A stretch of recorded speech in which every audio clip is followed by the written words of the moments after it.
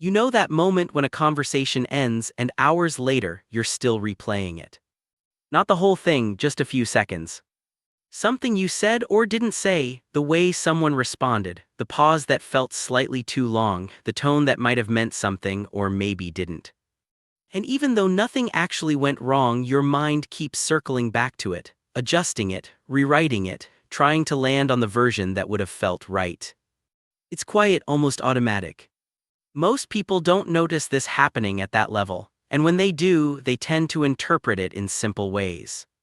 They call it overthinking. They say it means you worry too much, that you read too deeply into things, that you make situations more complicated than they need to be. But that explanation doesn't really capture what's happening. Because it doesn't feel like you're trying to complicate anything. It feels like you're trying to understand it completely. People who think this way are often described in surface-level terms, but there's more going on here than people realize. What gets labeled as overthinking isn't just about thinking too much. It's about how your mind processes information. Some people move through experiences quickly. They take things at face value, respond in the moment, and then let it go. Their mind doesn't hold on to details unless something clearly stands out. Others work differently. Their attention lingers.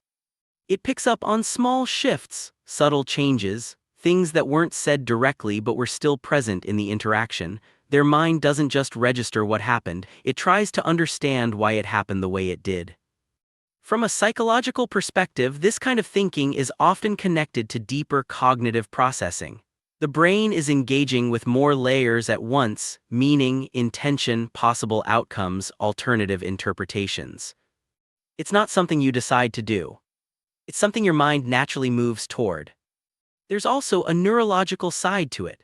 Research shows that some people have a more active default mode network, the part of the brain involved in reflection, memory, and internal thinking. When that system is more engaged, the mind tends to revisit experiences, not to dwell on them but to organize and make sense of them. So when something happens, your brain doesn't just move on. It stays with it a little longer, turning it over, looking at it from different angles, trying to understand the full picture. And over time, that becomes your baseline. But this pattern doesn't come from wiring alone. It's also shaped by experience. If you grew up in an environment where things weren't always clearly explained, where you had to figure out what people meant based on tone, behavior, or subtle changes, your mind learns to fill in the gaps. It becomes skilled at anticipating, at reading between the lines, at trying to understand not just what is happening but what might happen next. That kind of awareness doesn't turn off easily. So even in normal situations, your mind continues doing what it learned to do. It scans. It analyzes. It tries to make sure nothing important is missed. And that's where this pattern starts to make more sense. Because what looks like overthinking from the outside often feels like preparation from the inside. It's your system trying to create clarity in situations that feel slightly uncertain. Trying to reduce the chance of misunderstanding, mistakes, or unintended outcomes. Not in a dramatic way. Just quietly in the background. It's important to say this clearly. There's nothing inherently wrong with thinking this way, and there's nothing inherently better about thinking less. Different people process the world differently. Some move quickly and let things pass. Others move more slowly and take things in at a deeper level. Neither is more correct. They're just different ways of engaging with the same experience. But when your mind leans toward depth, it can create a certain kind of tension. Because not everything in life requires that level of processing. Some situations are simple. Some moments don't carry hidden meaning. And yet your mind still looks. Still searches. Still tries to make sense of things that may not need to be analyzed at that level. And that's where the experience can start to feel heavy. Not because thinking is the problem, but because it doesn't always switch off when it's no longer needed. There's also something more subtle happening underneath this. When you spend a lot of time analyzing situations, your mind becomes very good at generating possibilities. Different outcomes, different interpretations, different versions of how something could be understood. And while that can create clarity, it can also create uncertainty. Because the more possibilities you see, the harder it can be to settle on just one. So instead of feeling sure, you stay in that space a little longer. Revisiting. Refining. Trying to reach a level of certainty that feels complete. And sometimes that level doesn't come. So the thinking continues. There's a quiet paradox in this. The same awareness that allows you to understand situations deeply can also make it harder to feel settled within them. The same attention to detail that helps you notice things others miss can also keep your mind engaged long after the moment has passed.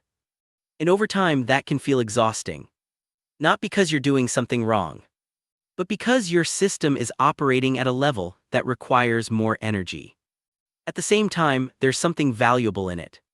When your mind works this way, you tend to notice patterns others don't. You pick up on inconsistencies. You understand dynamics in a way that goes beyond what's obvious. You're able to reflect, to learn, to adjust based on a deeper level of awareness. That's not something to dismiss. But it does come with a trade-off.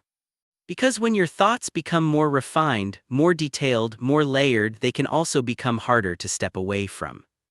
Especially in moments where nothing is clearly resolved. So your mind keeps going.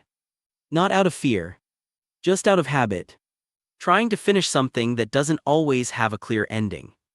And that's the part worth noticing. Not to stop it. Not to change it. Just to understand it. Because when you understand why your mind moves the way it does, something shifts. You stop interpreting it as a flaw.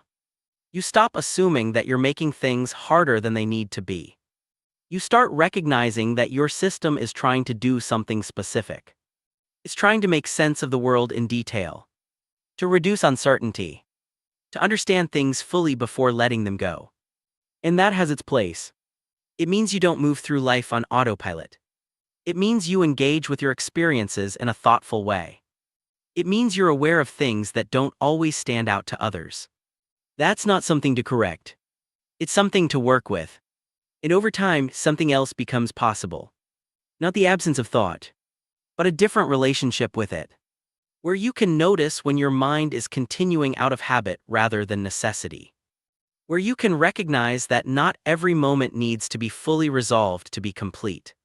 Where understanding doesn't always require repetition. And that doesn't happen all at once. It's subtle, but it changes how the experience feels. Because instead of being pulled into every thought, you start to see the pattern behind it. And once you see the pattern, it becomes easier to step back from it, even slightly. Not to stop thinking, just to let it settle when it's ready. Because nothing about this means there's something wrong with you. It means your mind learned how to pay attention, how to process, how to look a little deeper than what's immediately visible. And that has value. It's part of how you make sense of things, part of how you understand people, part of how you move through the world. And if this feels familiar, there are probably other patterns connected to it. Ways your mind anticipates, ways it reflects, ways it tries to create clarity where things feel uncertain. They're not always obvious.